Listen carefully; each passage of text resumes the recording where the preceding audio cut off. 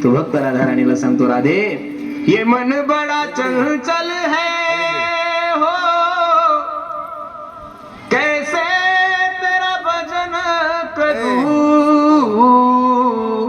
काय म्हणतोय तो, ये मन बड़ा चंचल है, कैसे तेरा भजन करूं, कैसे तेरा भजन करूं. जितना इसे समझाऊं उतना ही मचल जाए, सच कहता हूँ मेरी तकदीर बदल जाए. म्हणून जगात सर्वात चंचल जर काय असेल तर मन आहे, आणि त्या मनाचा राजा जर कोण असेल तर माझा देव आहे. कोण आहे त्या मनाचा राजा? कोण आहे?